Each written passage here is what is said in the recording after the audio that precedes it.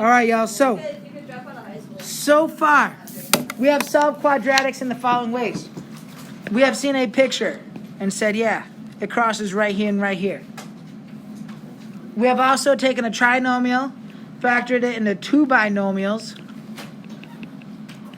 and said x would have to be 4 and negative 2.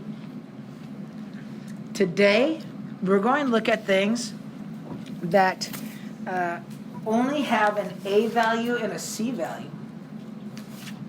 And we're going to use Algebruh to get it done. So let me show you what I mean. Do you guys notice that this, in standard form, is missing the b value? Remember, standard form is ax squared plus bx plus c. Right? It's missing a b value. So check out what we can do. I can get x alone. Right? We're just trying to get x by itself so we get that victory royale.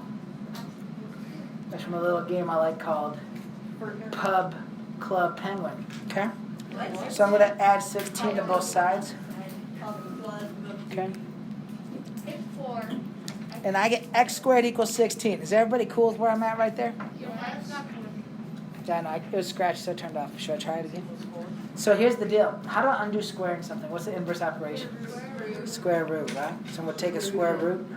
And the square root of 16 is both 8. No, it's not 8. Let's divide by 2. 4 and negative 4. Right? That's because 4 squared is 16. Negative 4 squared is 16. That's why there's two answers. All right. That one was straight busted, no cap. So let's look at number 3. I got x squared plus 25 equals 0. Okay, so let's get x. Let's get x alone. We'll subtract 25. Check it out, y'all. If I take the square root of a negative, what times itself equals a negative? Nothing. So guess what? No solution to this one. There's nothing that you can make x to make the answer 0. And let's think about that. If you have to square something, no matter what you square, your answer is positive. So you can't have a positive plus 25 get you to 0. It doesn't work like that. I want y'all to try out number 4 and number 8 from your notes on your own, please. 4 and 8. Did you guys subtract 7? Take the square root of the 81 and get a plus or minus 9? Yes. Nice. And number 8. I like to throw this one in there because some people still don't like fractions for some reason. I'm going to multiply both sides by 4/3. Wait, are you multiplying? Yeah, because you divide fractions by multiplying by the reciprocal. No, check this out. Here's what I did. Check it. Then you can cross simplify here. 16 times 4, 64. Take the square root. Plus or minus 8. Wait, but isn't 3/4 times 48 12? No, you got to multiply by 4/3, man.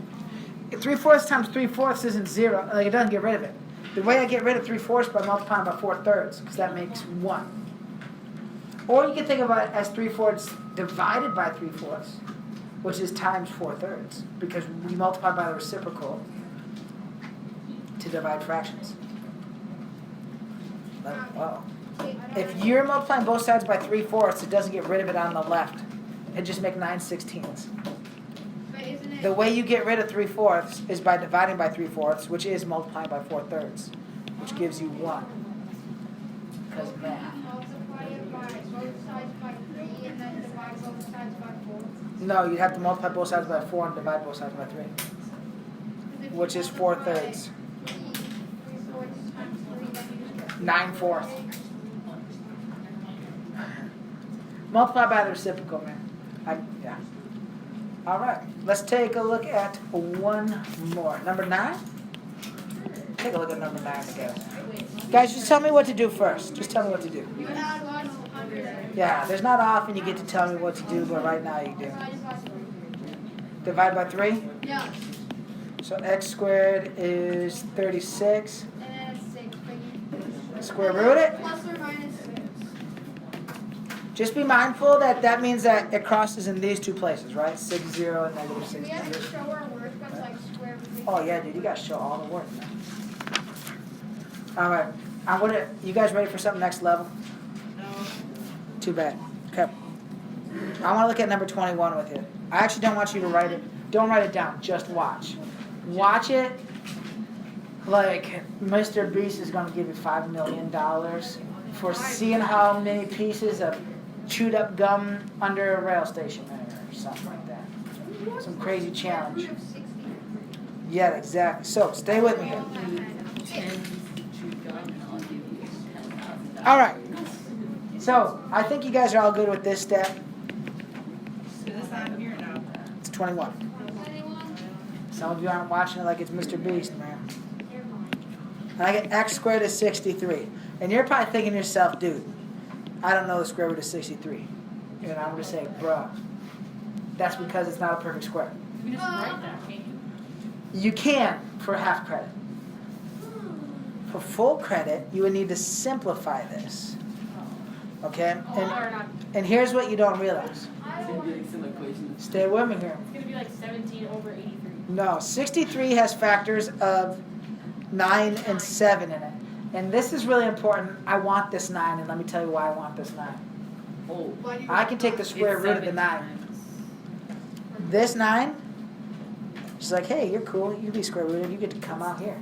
3 times square root. So x would be plus or minus 3 square roots of 7. This would be full credit. So do you see how there's a factor in 63 that is a perfect square? Yeah. That factor gets to come outside. What if your number doesn't have a... Then you can't. Then it's simple. Like square root of 7 is just square root of 7. You can't do anything about it. Do we have like test on that? So let's check out. I don't even know what that means. Let's check out number 19. Right, plus minus on the test. I got you. Okay, so check this out. Minus 8. Everybody's probably good with this, right? Okay, so thinking about factors of 48. What's the factor of 48 that's a perfect square? We're talking 16. 16 times what? 3. Okay, cool. So this, it'd be like, hey, 16, you're cool. Cash me outside. Boom. 4 times... Plus or minus 4 squared roots of 3. Wait, but what about 6 and 8? Would that work too? Okay, so 8, neither one of those are a perfect square. Now, there is a perfect square as a factor of 4. Let's say you did 4 times 12. 4 could come out, and this would be equal to 2 squared roots of 12. But guess what? 12 still has a factor of 4 in it. Oh, so the factor So it's has to kind of have like the greatest common factor. Well, not greatest common factor. The greatest factor, that's a perfect square. Yeah, it has to be. Yeah. So, let's look at 24, just for fun. Just for fun. We got it. Your version of 1 is... So I'm going to add 11 to both sides. Half x squared is 36. And you're like, oh, cool, I got 36. Psych, times 2 times 2. X squared is 72. So I'm taking the square root of that. But if you're paying attention, you know that 9 times 8. you've got a 36 times 2 in there. Oh. Right? Because we did 36 times 2. Cash me outside, 36. Plus or minus 6 square roots of 2. So these would be like the simplified radical. We're actually going to have a couple days of lessons after our quadratics quiz Monday to do some radicals. All right?